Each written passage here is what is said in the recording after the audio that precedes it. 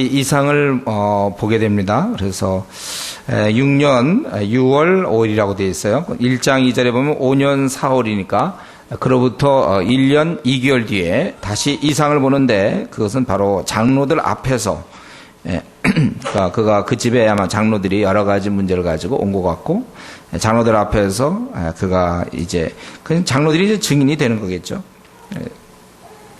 내가 보니 불같은 현상이 있어 그 허리 이하 모양 불같고 허리 이상 광채 하나 단쇠 같은데 그가 손 같은 것을 펴서 내 머리털 한 모숨을 잡으며 주의 신이 나를 들어 천지 사이로 올리시고 하나님의 이상 가운데 나를 이끌어 예루살렘에 가서 그래 지금 이 에스겔이 있는 곳에서 예루살렘까지 거의 한 달 반, 2달 거리는 그런 먼 곳인데 이상 중에 예루살렘에 가서 안뜰로 들어가는 북향한 문에 이르시니 거기 투기의 우상, 그 투기를 격팔케 하는 우상의 자리가 있는 곳이라.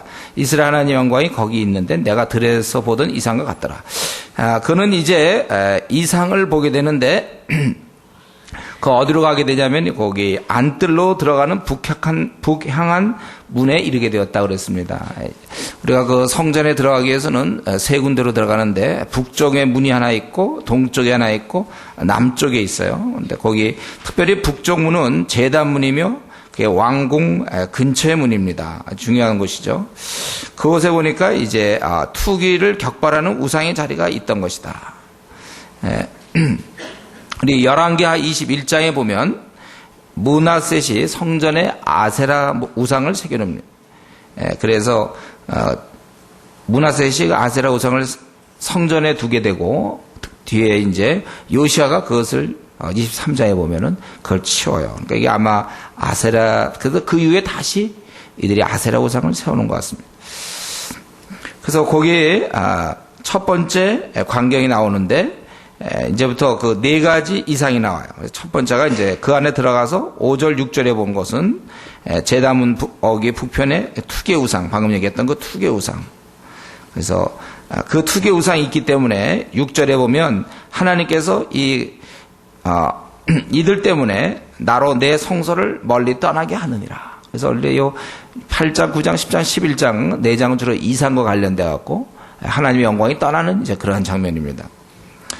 그래서 그들의 가증한 행위로 나를 성소를 떠나게 한다. 이렇게 첫 번째 이상을 봤는데 북향한 문에 이런 투기의 우상을 보게 됐습니다. 투기를 격발케 하는 우상이라고 3절에 이렇게 나와 있죠.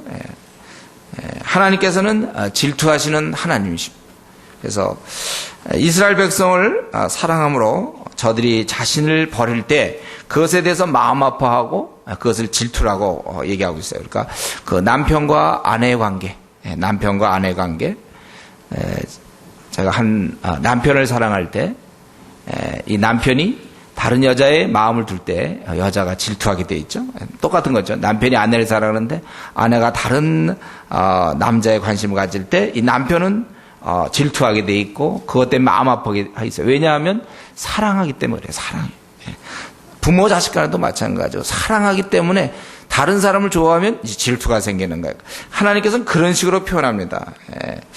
우리 같은 사실 뭐 이렇게 별로 아름다운 모습이 별로 없는 우리를 하나님께서 질투하시기까지 사랑하신다는 거예요. 여러분 그만큼 우리가 소중한 존재인 것을 알고 계셔야 됩니다. 저와 여러분이 아주 소중한 존재. 자신을 우리가 이렇게 가볍게 함부로 취급하지 말아야 돼요. 그런 의미에서 우리가 되는 대로 살아서는 안 됩니다.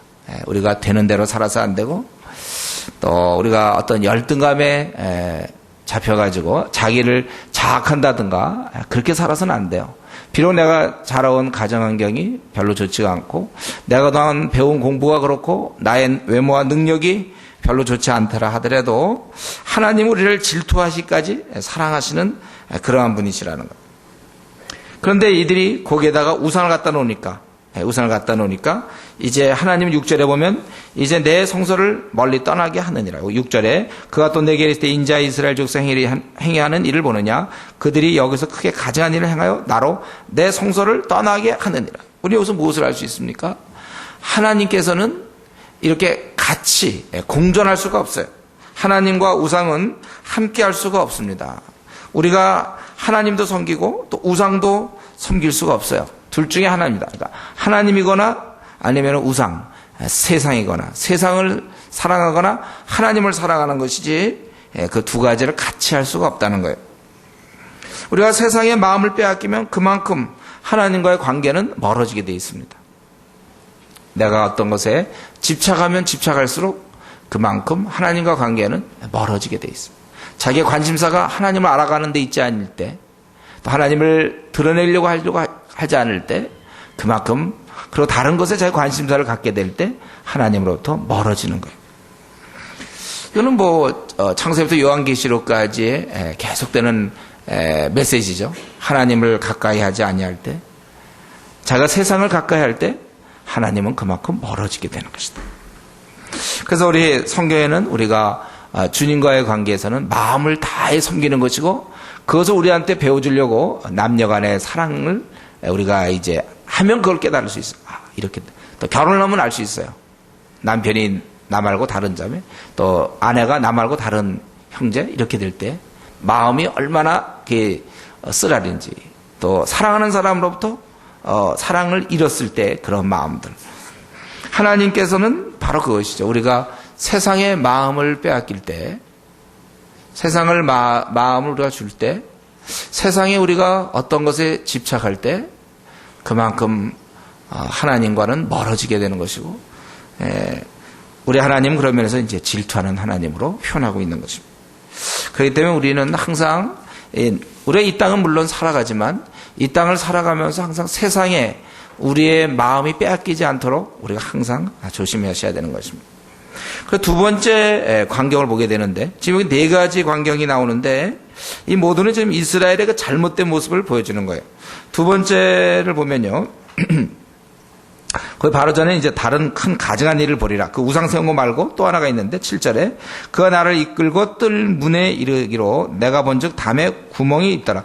조금 더 가까이 들어가는 거죠. 뜰 문에 이르는데 담에 구멍이 있더라. 그가 내게 이르실 때 인자야 너는 이 담을 헐라. 사실 내가 그 담을 허니 한 문이다. 그러니까 아마 이제 들어갈 정도로 헐었겠죠. 그 담 헐다 보면 세월 다 가게. 그러니까 뚫을 수 있도록 그렇게. 그래서 들어가면 또 문이 있더라는 거예요. 또 내게 이르실 때 들어가서 그들이 거기에서 행하는 가증하고 악한 일을 보라 하시기로. 그래서 내가 어떤 신비롭게 어쨌든 들어가게 돼요. 그 안으로. 그 문 안으로 또 들어갔습니다. 그 문 안에 들어갔더니 각양공중과 가증하는 짐승과 이스라엘 족속의 모든 우상을 그 사면벽에 거렸고, 그런 놀랍게도 거기 보니까 이스라엘 족속의 장로 중 70인이 그 앞에 섰으며 사반의 아들 야사냐도 그 가운데 섰고 각기의 손에 향로를 들었는데 향연이 구름같이 오르더라. 또 내게 이르실 때 인자야 이스라엘 족속의 장로들이 각각 그 우상의 방랑 가득 어두운 가운데서 행하는 것을 내가 보았느냐? 그들이 이르기를 여호와께서 우리를 보지 아니하시며 이 땅에 버리셨다 하느니라.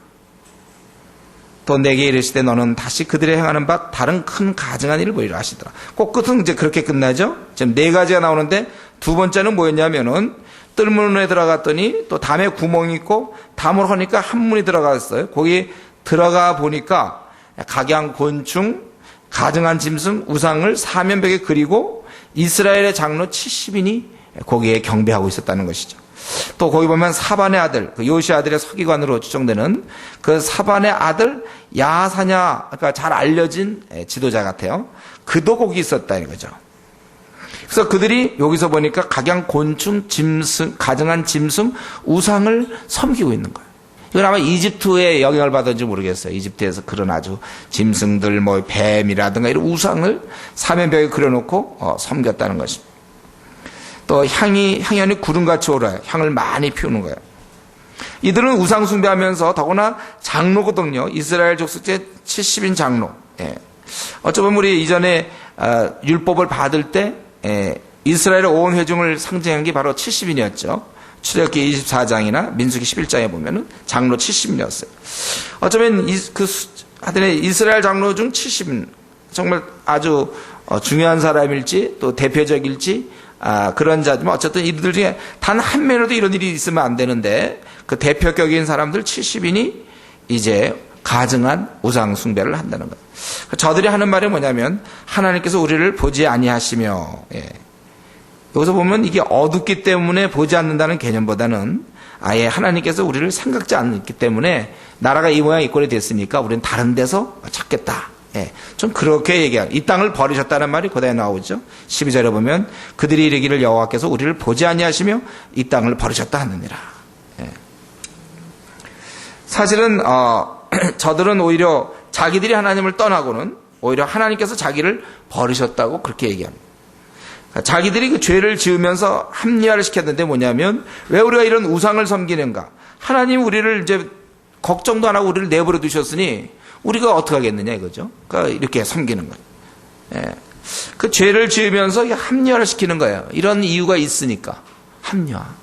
여러분, 우리 가만히 보면요, 우리가 누구든지 죄 질 때 보면요, 무턱대고 죄를 지는 사람은 그렇게 많지 않을 겁니다. 다 이렇게 합리화를 시키죠. 왜 내가 왜 하나님께 열심을 못 내냐고요? 예? 내가 요즘 왜 하나님께 열심을 안 냅니까? 다 이유가 있죠, 그거야. 예. 이만저만한 이유가 있고. 그거에 뭐 내가 요즘 젊기도 하고 또 무슨 이유가 있죠. 나는 믿은 지가 얼마 안 되니까요. 저는 뭐 무슨 우리가 항상 하나님을 멀리하든지 죄를 지을 때 보면 그냥 죄 짓는 법 없습니다. 다 이유가 있어요. 항상 우리는 둘러대거나 어떤 이유를 만듭니다. 예. 그래서 자기의 죄 짓는 걸 합리화시키는 거예요.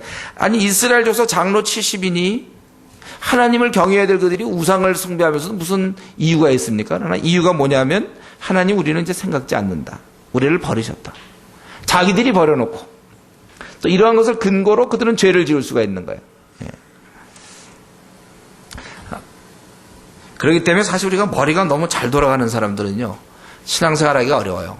그게 이제 신앙이 좋을 땐 그 좋은 머리로 많은 사람을 도우면서 그들의 그 돌아가는 머리보다 더 잘 돌리면서 그들을 이끌 수가 있지만, 신앙이 아직 어릴 때 머리가 잘 돌아가는 사람들은요, 합리화를 시키거든요. 항상 둘러대요. 내가 이렇게 하는 이유? 내가 왜 주님이 열심히 못하는지 알아요? 내가 PBS를 왜 안 하는지 아십니까? 그 다 이유가 있단 말이죠. 그만큼 머리가 잘 돌아가요. 전도 안 하는 이유가 있어요, 나는요. 다. 그래서 머리가 잘 돌아가는 자는 그만큼 회개하기가 어려워요. 왜냐하면 자기의 그런 이유가 있으니까, 자기에게는 이유가 있다. 그래서 성경에는 우리가 어린아이들처럼 그저 단순하게 하나님 나라를 받들지 않으면 그 나라에 들어갈 수 없다고 했어요. 우리가 그 나라의 백성으로 합당치가 않은 거예요. 왜냐하면 자꾸 머리를 굴리니까. 자기가 예배를 빠지는 이유라든가, 자기가 죄를 짓는 이유, 자기가 열심을 내지 않는 이유, 아니 뭐든지 항상 이유가 있어. 이들도 보면 장로들도 자기들이 우상 숭배하면서 무슨 이유가 있겠습니까마는, 그러나 이런 이유가 있다고 그렇게 얘기하고 있습니다. 우리가 이런 면에 있어서 좀 하나님 앞에 단순하게 살 것을 결심하고, 또 한 가지는 합리화를 시키지 않겠다고 의도적으로 노력이 필요합니다. 우리에게 이런 노력이 필요해요. 자기 신앙생활을 함에 있어서 합리화를 시키지 않겠다. 내가 이렇게 하는 것에 대해서 머리는 막 돌아가요. 이거 뭐 합리화시키려면 얼마든지 시킬 수 있어. 자기도 알아. 근데 결단하는 거야, 자기가. 합리화시킬 수 있고 이유를 댈 수가 있고 둘러댈 수 있지만 합리화시키지 않겠다. 내가 어쨌든 열심을 내지 못하는 건 그 어떤 이유든지 나에게 있는 것이다. 이렇게 자기가 의지적으로 하나님 그 높고 존귀한 분 앞에서 합리화시키지 않으려고 스스로를 마음을 결정하는 것이 우리에게 필요합니다. 특별히 머리 잘 돌아가는 사람들은 잘 들으세요. 머리 잘 돌아가는 사람들, 그냥 이렇게 평소에 멍한 사람도 괜찮아요. 잘 돌아가는 사람들은 특별히 이 시간에 자기가 자기의 열심 없음을 더 목숨 다해 주님 섬기지 않는 것에 대해서 합리화시키려는 그런 무서운 죄가 있다는 것을 여러분 아시기 바랍니다. 세 번째 광경은 이제 그가 또 나를 데리고 여호와의 전으로 들어가는 북문에 이르시기로 보니 거기 여인들이 앉아 단무스를 위하여 애곡하더라. 이번에 세 번째 광경은 저들이 그 여인들이 단무스를 위하여 애곡하다고 했어요. 이게 단무스는 이방신이죠. 그 한 번 죽었댔는데 다시 땅속에 들어가서 뭐 부활을 해갖고 식물들을 지금까지 이렇게 소생케 하고 뭐 막 이제 그런 단무스 신이 있어요. 이방신인데 그를 위해서 애곡한다는 것이죠. 이것은 굉장히, 아까는 저들이 방으로 들어가서 은밀히 자행했다면 이것은 드러내놓고 하는 거예요. 공개적으로 저 여인들이 앉아 단무스를 위하여 애곡했다고 그랬습니다. 뻔뻔스럽게도 여호와의 전에서 그 우상을 사랑함으로 슬퍼하면서 종교적 의식을 거행하는 거예요. 아마 이게 애국하는 것이 저들의 종교적 의식이었던 것 같아요. 사실들은 자신들의 그 죄를 위해서 지금 애곡할 시기에 오히려 우상 숭배 의식을 위해서 애곡하는 그 여인의 어리석음.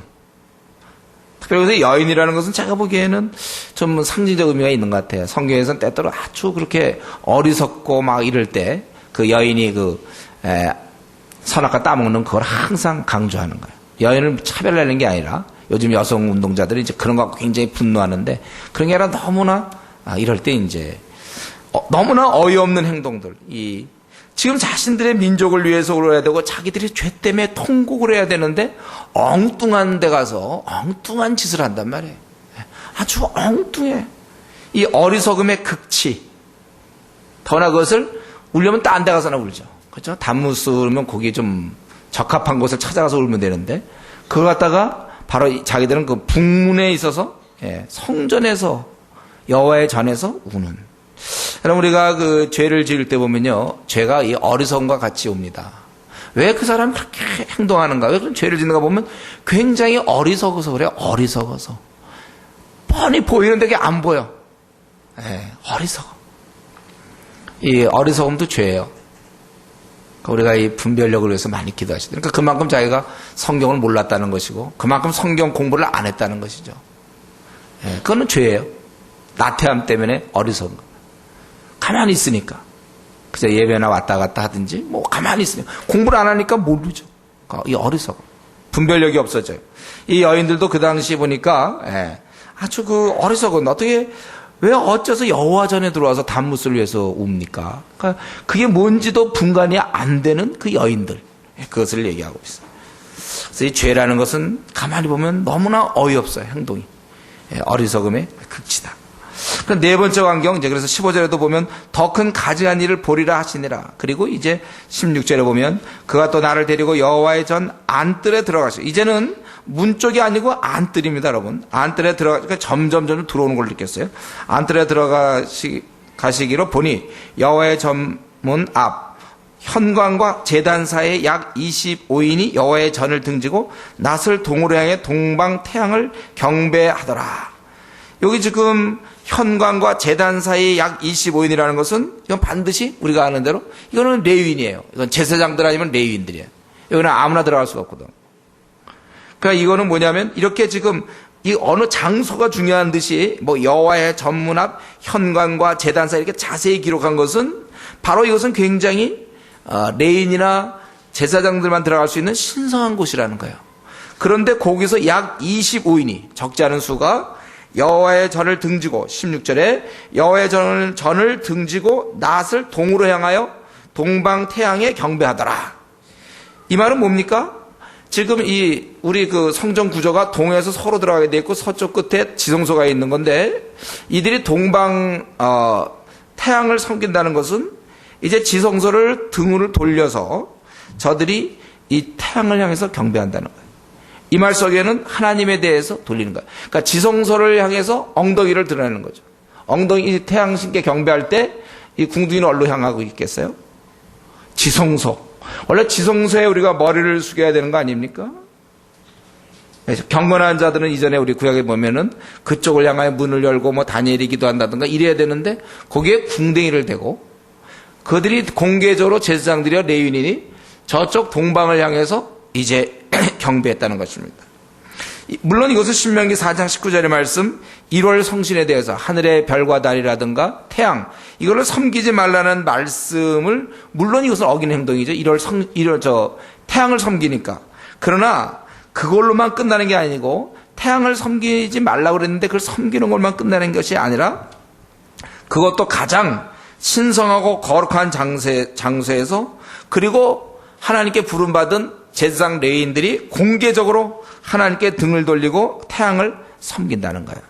그러니까 지금 계속해서 가증한 일, 이거보다 또 더 가증한 일, 15절에도 더 큰 가증한 일을 보리라 하시더니 들어가 봤더니 공개적인 석상에서 저들이 하나님을 경외해야 돼 머리를 숙이고 조아려야 될 그쪽이 아닌 반대쪽을 향하여 태양을 섬기고 절하는 이는 하나님을 완전히 무시하는 행동이야. 하나님을 아예 하나님 존재 자체를 염두에 두지 않은 행동입니다.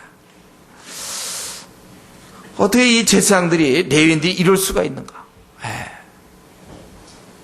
근데 실제로 이렇게 저들이 행했다는 것입니다. 여러분, 우리 하나님의 입장을 좀 생각해 보면 하나님께서 인생들을 긍휼히 위해서 지금까지 살려주시고 저들의 죄를 용서하시기 위해서 우리 제사 제도를 허락하시고 또 그중에 특별히 뽑아서 가까이 두신 제사장들 레위인, 그들이 이렇게 인간들에게 이토록 경멸과 무시를 당한다는 거예요. 하나님께서도 이렇게 경멸과 무시를 당했다는 사실을 여러분 우리가 평생 기억하십시오. 사실 예수 그리스도도 이 땅에 뺨을 맞지 않았습니까? 뺨때기 맞고 또 침뱉음을 당했어요. 저는 아직까지 태어나서 침뱉음 당해본 적은 없어요. 뺨은 좀 맞았는지 그 모르죠. 어릴 때 선생님한테 좀 맞았는지 좀 맞은 것 같네요. 뺨은. 근데 이 예수님은 이 땅에서 뺨과 침뱉음을 당했다는 거죠. 우리가 이것을 항상 기억해야 돼요. 물론 여기서 이들이 얼마나 타락되어 있는가 이것도 그렇지만 이런 일을 우리 하나님께서 당하신다는 거예요. 우리가 살면서 주님의 뜻을 행하다가 멸시와 또 무시당하는 것, 이건 뭐 너무나 많은 일이에요. 이렇게 우리가 주의 뜻대로 해보려고 하다가 멸시와 무시와 경멸, 그러나 이런 것을 우리가 당할 것을 여러분들 다 기억하시고 그렇게 당하는 것을 인정하시고, 그러나 내가 이런 일로 인해서 너무 분해하지 않을 것을 결심하도록 하십시오. 나보다 훨씬 더 많이 못 배웠고 훨씬 더 나보다 조건이 좋지 않은 사람이고 또 어린 사람일 수도 있겠고 또 정말 이런 직위가 없는 자일 수도 있어요. 그러나 그런 사람들로부터 경멸당할 때 우리는 앞길 가신 주님을, 우리가 주의를 하다 보면 우리가 주님을 항상 생각하고 하나님도 우리 인간들에게 이렇게 당한 것을 여러분 우리가 기억해야 될 것이고, 이런 것을 기억함과 동시에 이스라엘의 제사장 레위인들이 이런 짓을 할 때까지 갔지만 우리라도 나는 정말 하나님에 대해서 나만이라도 나는 절대로 불평하거나 나는 원망하지 않으며 하나님에 대해서 나는 등을 돌리지 않겠다, 그렇게 결심할 수 있기를 바랍니다. 모태신앙으로 그렇게 하나님이 키우셨건만 대학을 들어가는 순간, 직장 들어가는 순간 이제 하나님을 멀리하고 자기가 잘나서 들어간 것처럼 하나님은 그렇게 그에게 직장을 안 되는 걸 허락해 주셨는데 그럼 자기가 잘나서 또 직장 들어간 것처럼, 그래서 오히려 돈을 벌면 그 돈 갖고 죄를 짓고, 이게 우리 인간의 모습이에요. 하나님이 그가 몸이 아팠을 때 건강을 허락해 주셨더니 그 건강 가지고 정말 죄진 데 쓰고 노는 데 쓰고, 하나님이 그가 힘들었을 때 돈을 주셨더니 그 돈 가지고 자기를 위해 쓰고 사치하고, 우리가 항상 이런 거 생각하며 우리가 이러한 그 당시에 이스라엘 민족 또 레위인 제사장들의 이런 모습을 보면서 우리가 언제든지 이런 일을 우리가 당할 수 있다. 내가 이런 것에 대해서 때로는 자식에게도 당할 수 있는 거죠. 자식에게. 또 어린 자에게 당할 수 있는 거고, 또 우리가 내가 예를 들면 거듭나게 했던 사람들한테 당할 수 있는 거고, 직장 동료한테 당할 수 있는 거고, 우리가 이런 것을 늘 생각할 때 우리는 이런 일을 당할 때 우리가 내가 너무나 분해하지 않도록 할 것을 내 스스로 결심할 것이고, 또한 동시에 나는 그래도 주님께 원망하거나 불평하지 않는 삶을 살아야 되겠다. 이것이 우리에게 교훈입니다. 이들은 어떻게 이런 일을 했는지 몰라요. 참, 그러니까 여기까지 갈 수 있다는 거예요. 여기까지. 그것도 딴 데도 아니고 바로 그 가장 거룩한 지성소 바로 앞에 그 성소 그 바로 앞에서 저들이 하나님께 엉덩이를 돌리고, 그리고 동방을 향해서 그 태양을 향해서 경배하는 그 레위인과 그 제사장들의 모습을 한번 생각해 보십시오. 이렇게까지 사람이 할 수 있다는 걸 생각해 보시기 바랍니다. 그래서 이제 하나님께서 이들을 이런 네 가지를 보여주시며 이제 이들을 징벌하겠다는 것입니다.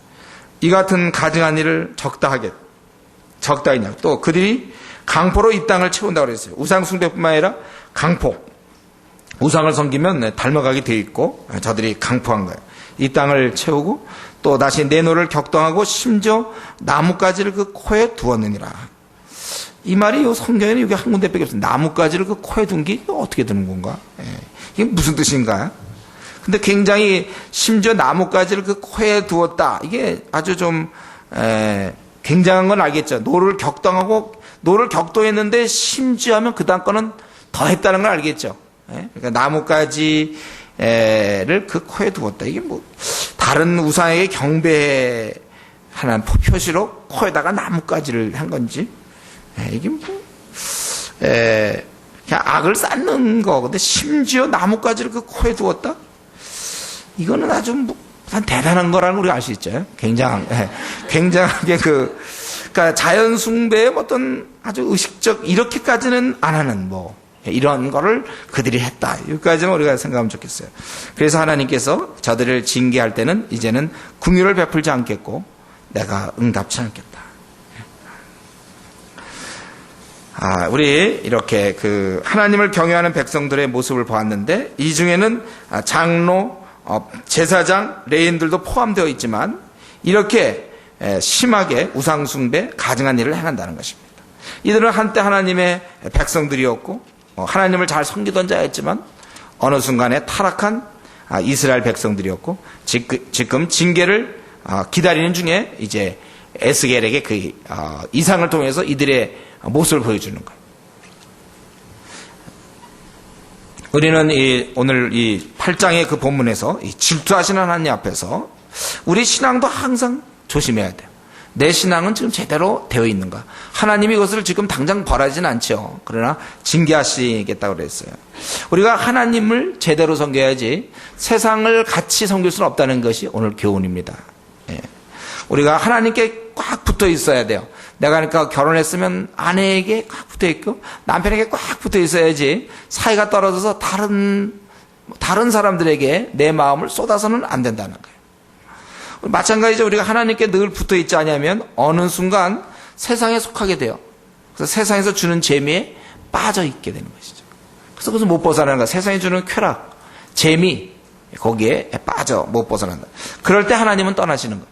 그럴 때 하나님 떠나시는 거예요. 우리가 이 나를 사랑하시되 질투하시기까지 사랑하시는 하나님을 내가 더 가까이 해야 되겠다. 이렇게 우리가 결심해야 될 것입니다. 그러면 뭐 때문에 이 에스겔에게 이런 것을 결국 보여주시는가? 죄를 보여주시는 이 하나님 무엇인가? 물론 이 하나님의 이런 징계가 왜 이루어질 수밖에 없는가를 설명하는 거예요. 그러나 그 전에 또 한 가지는 바로 너희들이 이러한 죄를 짓고 있다. 이것이 가증한 일이다. 무엇이 죄인지를 잘 알지 못하는 자기들은 여러 가지 합리화를 시키면서 그 안에 빠져들어가 있는 합리화 속에 빠져들어가 있는 그들에게 이러한 실상을 공개하는 것입니다. 왜냐하면 성경에 누가 자기의 허물을 능히 깨달으리요. 우리 저와 여러분 아무도 자기의 허물을 잘 몰라요. 다른 사람의 허물은 잘 보입니다. 그 면에서는 우리는 아주 태어나면서부터 그게 원래 우리 죄인의 모습이에요. 죄인의 아주 특징 중 하나가 다른 사람의 허물은 잘 보게 돼 있어요. 이거는 다른 사람에 대해서는 항상 왜 저 모양일까?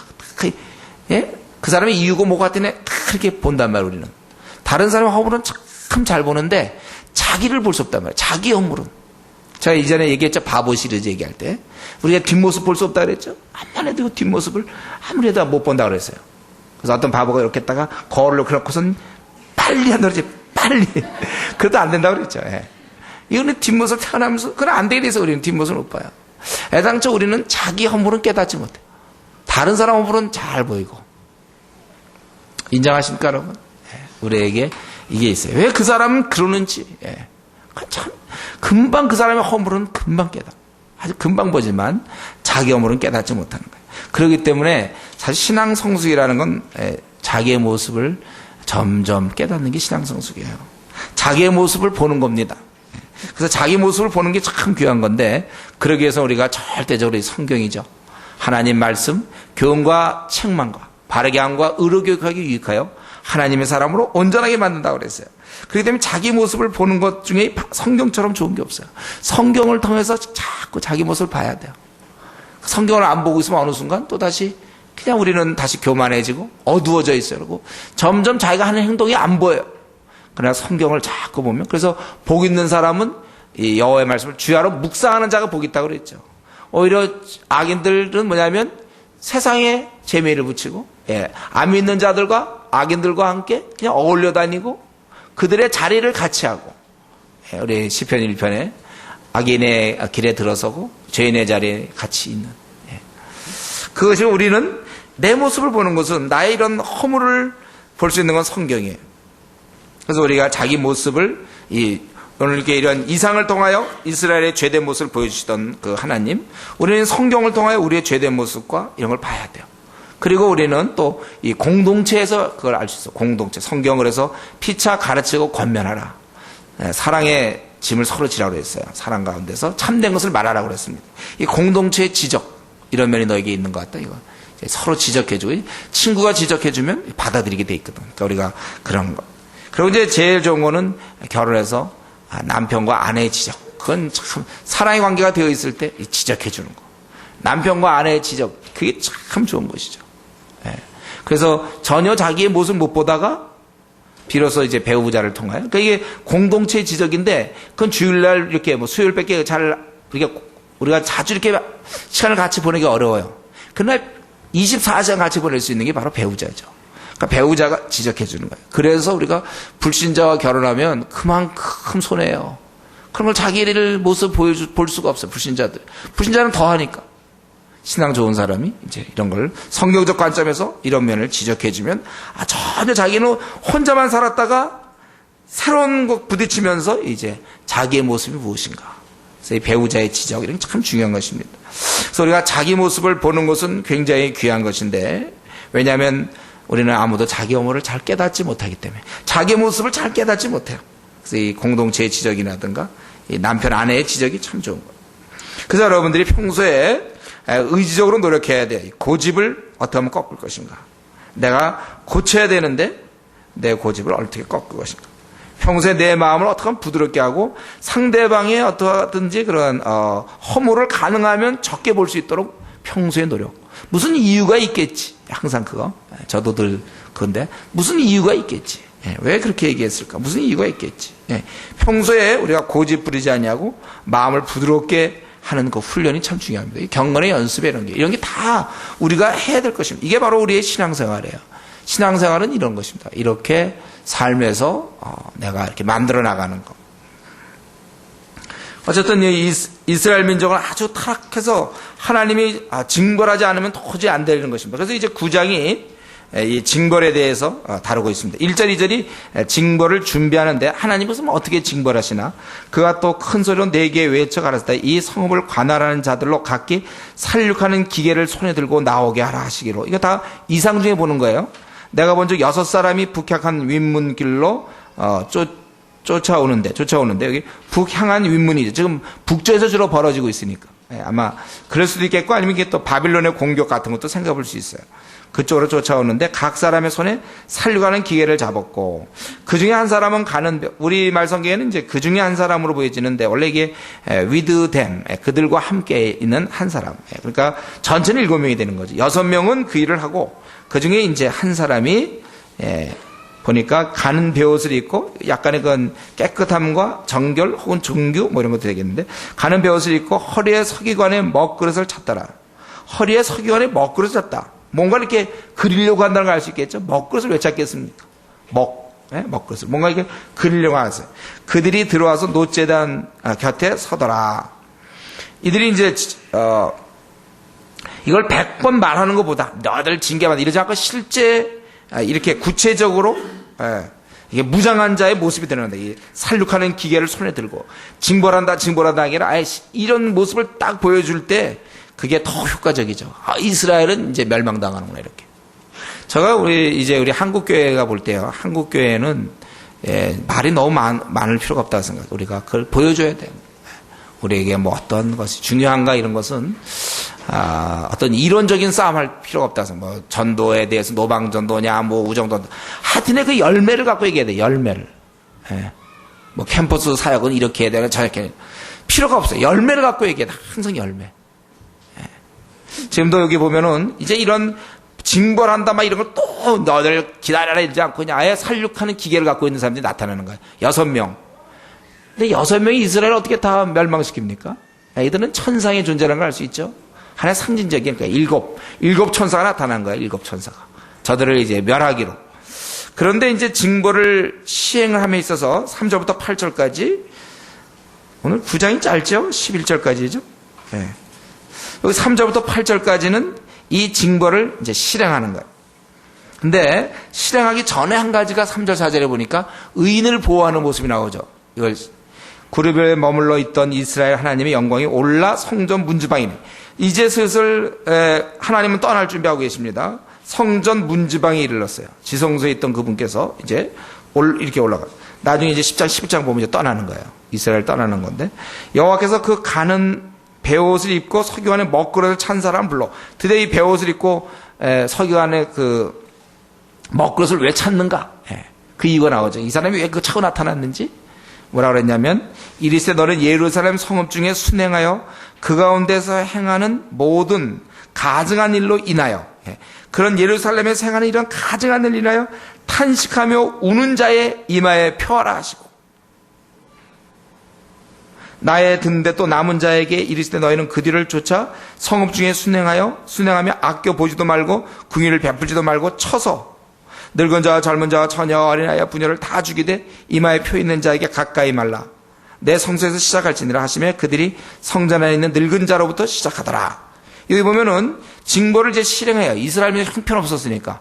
그러나 혹시 그들 중에 이런 가증한 일로 탄식하며 우는 자에는 그런 자들은 이마에 표를 치고 그 다음에 설득하는 기계 갖고 있는 6사람들이 그를 보면은 가까이 하지 않고 그들을 건너뛰고 다른 사람을 이제 죽이는. 마치 우리 그 6월절 사건처럼 피를 보면 뛰어넘는 것처럼 이마에 표 있는 자들은 이제 살려주는 것입니다. 그리고 남은 자에 대해서는 이제 아끼거나 궁예를 베풀지 말고 다 쳐라. 남녀노소를 가리지 말고 다 죽이라고 돼 있어요. 여자는 좀 봐줘야 된다. 여자들은 허약하니까. 어린아이. 이제는 없는 거예요. 더 이상 없어요. 그게. 그리고 성소에서 시작하라고 했습니다. 성전이 이미 더럽혀져 있기 때문에 성전 앞에 있는 늙은 자, 이 우리말에 늙은 자인데 이거 장로. 성소 앞에 있는 이제 장로들부터 시작하더라 그거예요. 즉 제사장이 되겠죠. 레위인들. 아까 얘기했던 태양을 숭배하던 그 25명의 제사장들은 당연히 들어가겠죠. 하여튼 그들부터 시작하고 또 70인 장로들이 있었죠. 다. 그가 또 그들에게 이르실 때 너희는 성전을 더럽힌 시체로 모든 뜰에 채우라. 자, 이런 명령은 지금까지 원래 했던 너무 다른 것이죠. 성전을 더럽히라고 되어 있잖아요. 하나님께서 성전을 그동안 더럽히지 못하도록 하셨는데 성전을 더럽혀라 이거죠. 처벌해라 이거죠. 다. 성전을 더럽혀라. 이전에 보면은 이건 절대로 안 되는 일이었어요. 우리 열왕기하 11장에 보면은 아달랴를 죽일 때도 성전에서는 죽일 수가 없어서 끌어내서 죽이잖아요. 성전을 절대 죽은 걸로 해서 더럽힐 수가 없어요. 근데 이제 하나님께서는 성전을 더럽혀 시체로 모든 뜰에 채우라. 성전을 완전히 더럽혀라 그거예요. 그래서 저들이 이제 그들이 칠 때 내가 홀로 있는지라 엎드려 부르짖어 가라되 오호라 주 여호와여 예루살렘 향하여 분노를 쏟으시오니 이스라엘 남은 자를 모두 멸하시니까. 이런 가운데 선지자는 이거 모든 것을 멸하십니까? 이렇게 얘기하고 그럴 때 거기 9절부터 11절 그 죄악의 심히 중대하기 때문에 그렇게 하는 것이다. 그죠? 그가 내게 이르시되 이스라엘과 유다 족속의 죄악이 심히 중요해. 다시 한번 강조하는 거예요. 그 땅에 피가 가득하며 그 성에 불법이 찼나니 이는 그들이 이르기를 여호와께서 이 땅을 버리셨으며 보지 아니하신다 함이라. 그러면 내가 그들을 아껴보지 아니하며 궁예를 베풀지 아니하고 그 행위대로 그 머리에 갚으리라 하시더라. 가는 베옷을 입고 허리에 먹그릇을 찬 사람이 복명하여 가로되 주께서 내게 명하신 대로 내가 준행하였나 하더라. 이미 이렇게 이제 실행되고 있는 것입니다. 우리 여기서 9장에서는 이제 하나님이 징벌을 하시는 모습을 보는데 우리 분명히 아셔야 돼요. 하나님은 심판하신 분이라는 거예요. 죄악에 대해서 이렇게 무능한 분이 아니에요. 여기서 더 이상 참았다가는요, 사랑을 깨닫지 않고 사람들이 무능한 걸로 깨달을 수 있다고 해서 아예 없는 걸로 깨달을 수 있어. 하나님은 그렇지 않아요. 이게 너무 기다리다가 이게 가득 찼을 때, 만연되었을 때 이제 그것을 심판하시는 것입니다. 우리 인간들은 죄를 마음껏 질 수 있습니다. 지금 이 시대에 얼마든지 이 땅에 있는 사람들은 죄를 마음껏 질 수 있어요. 그러나 단 심판을 각오해야 된다는 거예요. 사실 이건 여러분보다 이거 밖에 나가서 외쳐야 될 얘기죠. 여러분 죄 실컷 지으십시오. 그러나 한 가지만 기억하세요. 심판이 있습니다. 이건 여러분한테 할 얘기는 아니죠. 그러나 우리가 이것을 알고 있어야 돼요. 심판이 있다는 거예요. 죄를 마음껏 지으라는 건 마음껏 짓지만 하나님께서는 심판하신다. 우리 주위에도 지금 얼마나 많이 돈을 사기치는 사람 많습니까? 사기치고 잘했다고 그러는 사람 많아. 한 건 잘했다고요. 요 한 건, 네? 사기치고 말이죠. 또 불륜을 저지르고, 텔레비전은 밤낮 그걸로 나오니까. 드라마의 소재가 불륜 빼면 할 게 없으니까 밤낮 마음껏 하고요. 세상은 지금 온통 불륜이고, 사기치고, 또 선을 악으로 갚는 사람도 많고, 또 부모님께 대항하고, 방탕하고, 음란하고, 술 취하고, 방탕하고, 또 가난한 자를 멸시하고, 또 힘없는 자들 착취하고, 하다못해 이런 뭐 빌딩이라도 무슨 건물에도 그 주인이 아주 그 세입자들 아주 그렇게 괴롭히고 말이죠. 자기 막 그런 어떻게 어쩔 수 없는 사람들. 지금도 많은 경우에도 그거보다 무슨 뭐 식당 하나든지 뭘 해서 먹고 살려고 그러면 주인이 얼마나 큰 소리를 하고 말이지. 그참 나가라. 아주 그렇게 아주 정말 아주 인정도 없고 몰인정한 사람들. 힘없이 착취하고 온갖 사치함을 누리는 자들. 예. 그러나 아셔야 돼. 지금 괜찮을 뿐이라는 게 그들은. 장차 괜찮은 건 아니에요. 지금 괜찮은 거예요. 저들은 심판전에 기승을 떨 뿐이라는 것입니다. 지금은 저들은 재밌게 사는 것처럼 보이고 출세한 것처럼 살고 좋은 아파트에 들어가서 좋은 차 타고 다니고 마음껏 큰 소리 치고 또 저들은 불륜을 저지르고 사기치고 뭐 나쁜 짓 많이 하는 것 재밌게 사는 것처럼 보이지만 그것은 잠시며 이제 하나님의 심판 때 불려나가서 이제 정죄받을 수밖에 없는 그런 소망 없는 자들이라는 것입니다. 저 사람들이 지금 저렇게 죄 짓는 건요, 신문을 보세요. 저들이 지금 앞날에 심판에 있다는 걸 몰라서 그러는 거예요. 모르니까 저렇게 죄 짓고 사는 거겠죠. 알면 그렇게 되겠습니까? 우리 고3들이 말이죠. 자기 시험 있는 거 아니까 그래도 막 잠도 줄이지. 시험 있는지 물어보세요. 초등학교 1학년들은 그런 생각 안 하죠. 자기가 알면 그렇게 못해요. 이들은 자신의 앞날을 몰라서 저렇게 죄짓고 사는 것입니다. 때때로 그들이 그렇게 사는 모습을 오히려 부러워하는 사람이 있다니까요. 불신자가 잘 나가는 모습을 오히려 부러워하고 나는 뭐 신앙생활 기껏 지금까지 이렇게 했는데 요 모양 요 꼴이냐 이제. 저런 사람들 뭐 적당히 이렇게 하고 적당히 타협하고 뭐 그랬는데 저들은 잘 사는데 말이지. 나는 왜 오히려 신앙 때문에 이렇게 가난하고 요 모양 요 꼴이냐. 예. 근데 그게 아니에요. 신앙을 지키는 것이 그게 지혜로운 거예요. 저들이 아주 멋있게 보고 뭐 요즘 연예계 스타 뭐 어쩌고 해도 그래 여러분 그런 경우에 참 그들은 심판 때 불려나갈 사람들이라는 거죠. 예. 다 잘 나가는 것 같고 뭐 큰 소리 지는 것 같고 악인이 더 잘 사는 것 같고 더 배부른 것 같지만 심판 때가 기다리고 있어요. 그들을. 예. 우리가 일생 살면서 다시 한번 우리는 이 시간에 생각하셔야 합니다. 우리 세상 사람들이 사는 모습에 대해서 슬픔의 눈을 가지고 볼 수 있는 그러한 좀 안목을 우리가 갖고 있어야 되겠어요. 저들은 참 슬픈 자들이구나. 저렇게 뭐 요란하고 남을 착취도 하고 막 우리를 갖다가 억울하게도 만들고 돈 있다고 막 힘들게 하고 그러는 사람들 그런 사람에 대해서 내 마음에 그 슬픔의 눈을 갖고 내가 그들을 슬퍼하는 그런 마음가짐으로 내가 일생 살아야 되겠다. 이걸 여러분 결심하셔야 돼요. 저들은 심판대 앞에 부름받을 사람들이기 때문에 그렇다. 그럼 우리는 이런 심판 중에도 보호받는 의인이 있다는 걸 우리가 오늘 본문에서 살펴봤죠. 4절에 있는 것처럼 모든 가증한 일로 인하여 탄식하며 정말 어떻게 이렇게 된 거예요. 또 그런 것 때문에 아주 우는 자의 그런 자의 이마에 표하라 하시다. 어떻게 이런 악을 사람들이 행할까? 한두 명도 아니고 도대체 이럴 수가 있을까? 세상이 왜 이렇게 악하고 음란하게 되었을까? 세상이. 다음 세대는 과연 어떻게 될까? 세상이 이렇게 악하고 음란한데. 교회가 왜 이처럼 욕을 먹는가? 교회. 때때로 왜 집사들 중에도 술 취한 사람들이 있느냐? 집사들이 술 취하고. 또 성도들은 어떻게 이렇게 전도도 안 하고, 자기만 돌보려고 하고, 또 세상과 타협하고, 술 먹으면 같이 술 먹고, 직장에서 어쩔 수 없다는 얘기는 하고 있고, 싸워 이기는 사람이 없어요. 쫓겨날 각오하고 부딪힐 생각 안 하고.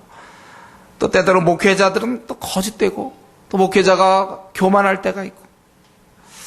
뭐 그 사람이 목회자나 일반 성도는 뭐 차이가 하나도 안 날 만큼 이렇게 교만하고 거짓된 사람들도 있고 생각 자체가 아주 세속적인 사람도 있고 어떻게 이게 한국 교회가 왜 이런가 하고서 말이죠. 이 시대의 타락상에 대해서 속상해하는 사람들. 뭐 왜 이렇게 되었느냐? 왜 사람들이 왜 어째서 이 모양인가? 왜 청소년들 왜 꿈이 겨우 연예인인가? 좀 분하고 좀 억울한. 예. 이 땅의 그 황무함을 보면서 하나님께 매어 달리는 자. 예. 그런 자가 필요한 거예요. 이 시대를 보면서. 다 타협하는 사람이 그렇게 많을 때, 뭐 그냥 그러려니 세상은. 예. 아무런 감각이 없는 자, 분함이 없는 자라면 그건 곤란한 겁니다. 자신이 그러고 있으면 더 그건 얘기할 것도 없죠. 우리는 이 시대를 바라보면서 분할 수 있어야 돼요. 분하고 어떻게 이 땅에 우리 하나님 이 황무함을 고쳐주십시오. 이 탄식 소리가 들립니다. 하나님 앞에 좀 탄식하고 그것 때문에 매일매일 하나님께 골방에서 나가서 하나님 이 시대에 정말 요즘 보면은 막 그 부모 말 안 듣는 자녀들이 있고 또 자식을 버리는 부모도 있고 또 쉽게 헤어지고 또 그래서 자식 고통받게 되고 돈에 대해서 띄어먹는 사람들이 있고 속이는 자가 이렇게 많고 권력 있다고 남용하고 이렇게 불륜이 있고 이렇게 정말 성적인 타락이 있고 이렇게 동영상에 쉽게 그냥 아주 안 좋은 것들이 막 나타나고 영화들이 다 그렇고 이게 어떻게 되겠지? 이런 데서 교육받는 다음 세대는 또 어떡합니까?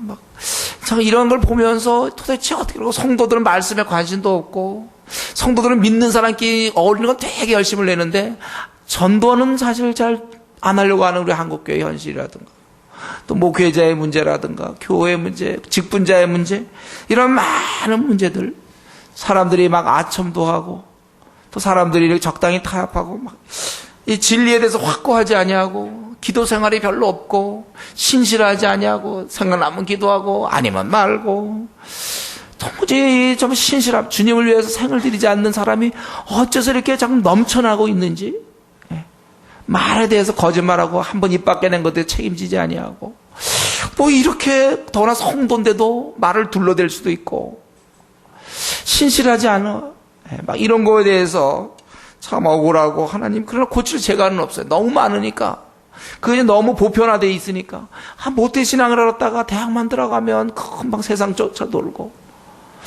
또 어떻게 좀 이제는 대학 들어가니까 마음껏 주님을 알아가야 되겠다는 열심은 없고 기회가 주어져도 주님 알아가기보다는 자기 하고 싶은 거 하는 때가 많고 주님 정말 이 시대는 어떻게 된 겁니까? 여러분 이런 막 통탄함 어째서 교회는 이러고 있는데 저 불교 신자들은 저렇게 늘어나고 우상숭배 미신 교회 다니는 사람들도 뭐 날짜 뭐 이런 거 알아보고 하여튼 우리가 이 전체적으로 점점 교회는 줄어들고 있는 한국 상황에 대해서 분한 마음 중국에 우리 25,000명 300명이 매일 거듭나는데 교사가 없다고 그러는데 교사로 지원하는 사람이 많지 않고 다 자기 앞길 출세할 생각만 하지 생을 그렇게 드리는 자들이 별로 없는 거 막 이런 것들에 대해서 막 안타까움 왜 열심히 없는지 성도들이 이렇게 신앙의 자유가 있을 때 마음껏 주를 찬양할 수 있고 마음껏 할 수 있고 또 우리 훈련의 기회 수련회 뭐 중국 가는 거 같은 기회 되는 대로 어떻게든지 더 배우고 더 알아가고 성도와 함께하는 것을 더 기뻐해야 될 텐데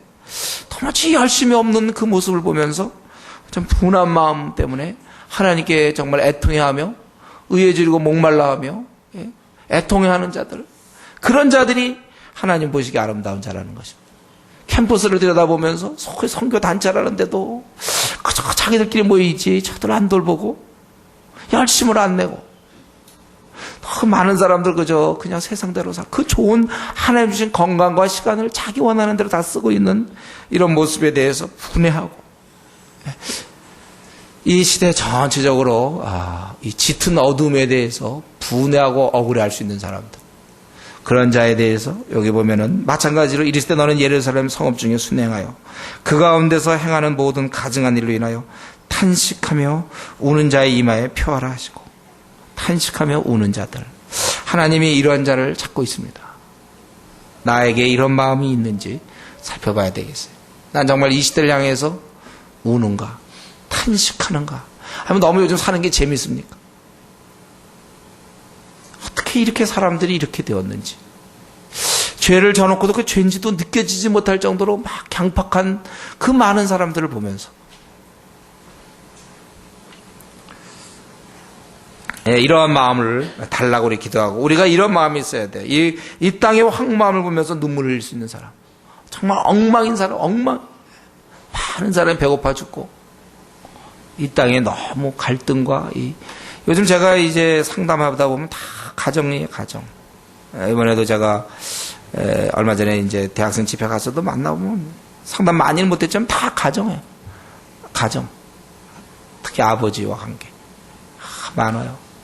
다 그런 가정들 많이 깨어지고 부딪히고, 우리 이러한 것에서 정말 우리 어떻게 우리나라가 이렇게 됐는지, 언제부터 이렇게 됐는지 좀 그거에 대해서 막 이렇게 분한 마음과 억울한 마음과 어떻게 될까 앞으로, 우리가 이런 걸 좀 생각해 봐야 되겠습니다.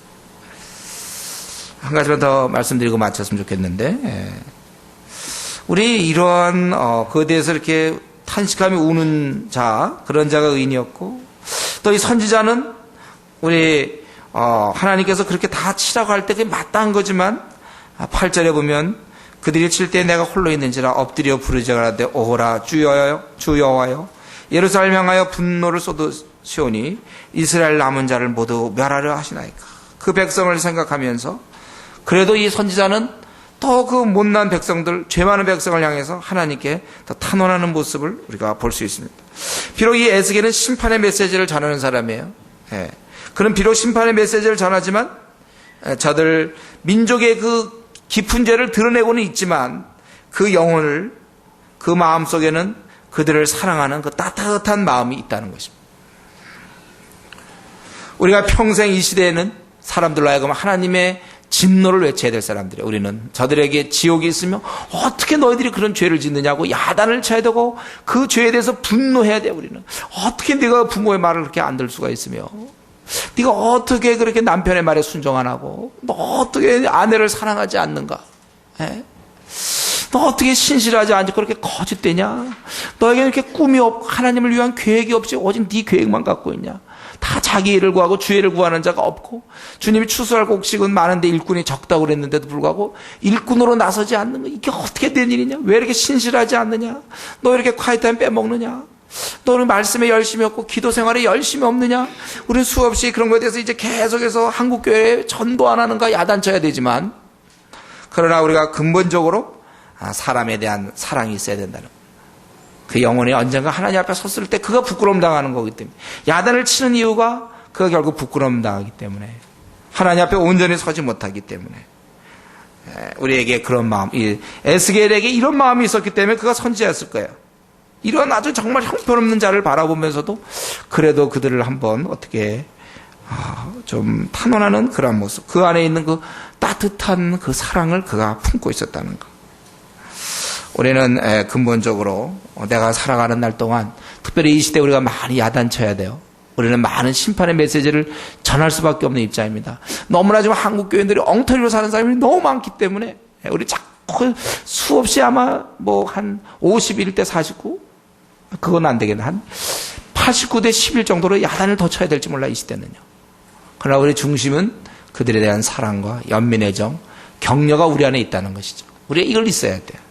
우리에게 이 시간 우리가 하나님 앞에서 이제 이 땅으로 살아가면서 우리 주위에 있는 많은 사람을 보면서 저들은 하나님의 심판대 앞에 불리움을 받을 사람으로, 사형 선고를 받아야 될 사람들이 지금 저렇게 살아가고 있는 것에 대해서 불쌍한 마음을 가지고, 또 우리는 이 시대를 보면서 정말 동화되지 아니하고 이 의인처럼 어떻게 사람들이 이 모양으로 사는지, 하나님 주신 시간과 기회들을 이런 식으로 나태하게 게으르게 자기 원하는 대로 사는 것에 대해서 분노하고, 우리는 참으로 이 의인의 이러한 마음가짐, 주님 우리에게 이런 의인의 마음가짐을 주셔서 이 시대를 보고 계속 울게 하시옵소서.